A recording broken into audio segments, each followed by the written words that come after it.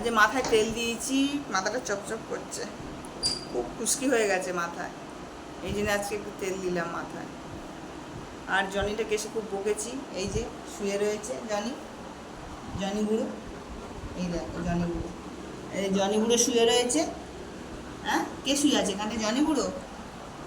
এসে খুব বকাঝকা করলাম, বকাঝকা না, একটা চড়ও মেরেছি, বিছানায় উঠে ইস্যু করেছে।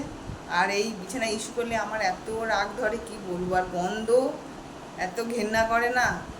ছাদে নিয়ে গিয়ে শুকাতে হবে, আগে একদিন করেছে, ছাদে নিয়ে গিয়ে শুকানো হয়েছে, আবার কালকে ছাদে নিয়ে গিয়ে শুকাতে হবে। এখন ভালো করে পরিষ্কার করে রুম স্প্রে মেরে তারপরে ভালো করে সুন্দর করে ওটাকে একটা কাপড় দিয়ে ভালো করে মানে চেপে চেপে চেপে যতটা করা যায় করে রুমে স্প্রে মেরে আবার ওর মধ্যে একটা কাপড়, কাঁথা না, একটা নাইটি ছেঁড়া দিয়েছি, দিয়ে তারপর চাদর পেতেছি।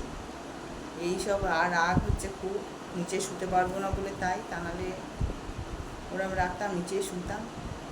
বদমাস হয়ে গেছে, কী করবো, একে ছাড়া তো থাকতে পারি না, কাউকে দিতেও পারবো না, বড় হয়ে গেছে। আর এ আমাদের ছাড়াও থাকবে না, যত বড় হচ্ছে আরও বেশি বদমাইশি করছে।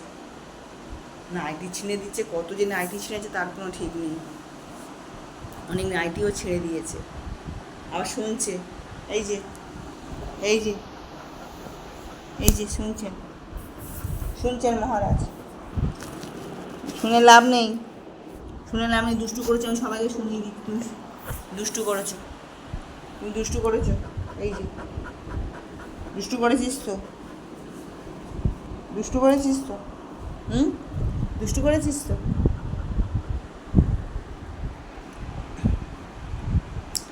কী করবো, আমার একটা বাড়ি মেম্বার হয়ে গেছে, আর ওকে তো আমি আমার পুরো ছেলের মতনই ভালোবাসি। রাগ হয়, বকি, এক দু চড় মারি, আর ভালোবাসি, মানে ওকে ছাড়া আমরা থাকতে পারবো না, এরকম একটা ব্যাপার হয়ে গেছে, কী আর করবো।